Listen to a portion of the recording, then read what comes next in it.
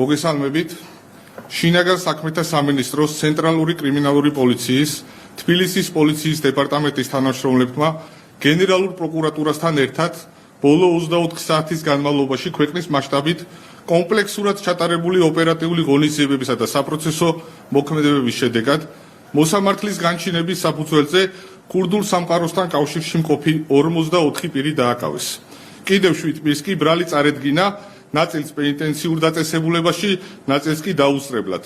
მათ შორის 2 საზღვარგარეთ მყოფი ეგრეთ წოდებული კანონიერი ქურდია.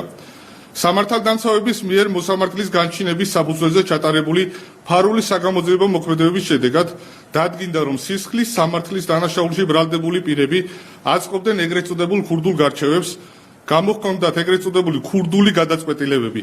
დაკავებულები უკავშირდებოდნენ ქურდულ სამყაროს წარმომადგენლებს, მათ შორის ეგრეთ წოდებულ კანონიერ ქურდებს ლევან მარღიას და ნოდარ შუკაკიძეს, რომლებიც პირადი სარგებლობის მიღების მიზნით ეგრეთ წოდებული ქურდული წესების შესაბამისად მოქალაქეებს შორის არსებული ფინანსური და კრიმინალური სახის დავებზე იღებდნენ გადაწყვეტილებებს, რის შედეგადაც ხარებს თანხის გადახდას აკისრებდნენ. კონკრეტული ვადების დარღვევის შემთხვევაში კი ფიზიკური ანგარიშწორებით ან სიცოცხლის მოსპობით ემუქრებოდნენ. სამართალდამცველების მიერ ჩატარებული საგამოძიებო მოქმედებების შედეგად ასევე დადგინდა, რომ დანაშაულებრივი ჯგუფის წევრები წინასწარ შემუშავებული გეგმის მიხედვით თბილისის სხვადასხვა უბანში ავტომობილებით გადაადგილდებოდნენ, არჩევდნენ კონკრეტულ პირებს და მათი ნების საწინააღმდეგოდ ინტერნეტ ბანკის საშუალებით ააქტიურებდნენ სესხებს, რის შედეგადაც საკუთარ ანგარიშზე გადარიცხვით მათ საწინააღმდეგოდ ეუფლებოდნენ დიდი ოდენობით თანხებს. ასევე ბრალდებულები ეგრეთ წოდებული კანონიერი ქურდების დახმარების მიზნით პერიოდულად აწვდიდნენ ინფორმაციას თბილისში მცხოვრები იმ პირების შესახებ, რომლებისგანაც შემდგომში შესაძლებელი იქნებოდა ქურდულ სამყაროს სახელით მატერიალური სარგებლის მიღება და ფულის გამოძალვა. სამართალდამცავების მიერ ჩატარებული ჩხრეკის შედეგად დიდმტკიცება დამოღებულია ბრალდებულების მობილური ტელეფონები და კომპიუტერული ტექნიკა, რომელთა საშუალებითაც ისინი ერთმანეთს და ასევე უცხოეთში მცხოვრებ ეგრეთ წოდებულ კანონიერ ქურდებს უკავშირდებოდნენ. ასევე პოლიციის მიერ ამოღებული იქნა ცეცხლსასროლი იარაღები.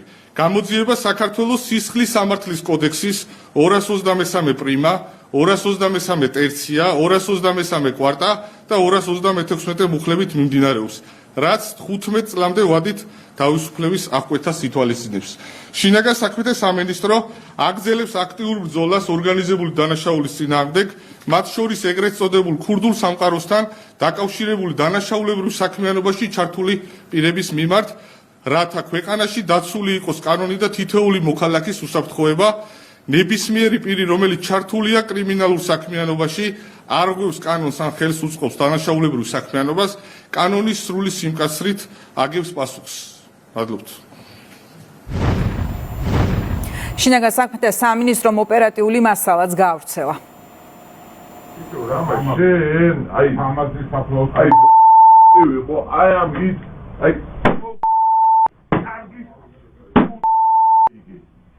როგორ უნდა გადამართო მე როგორ უნდა დამატენო მე პადუდა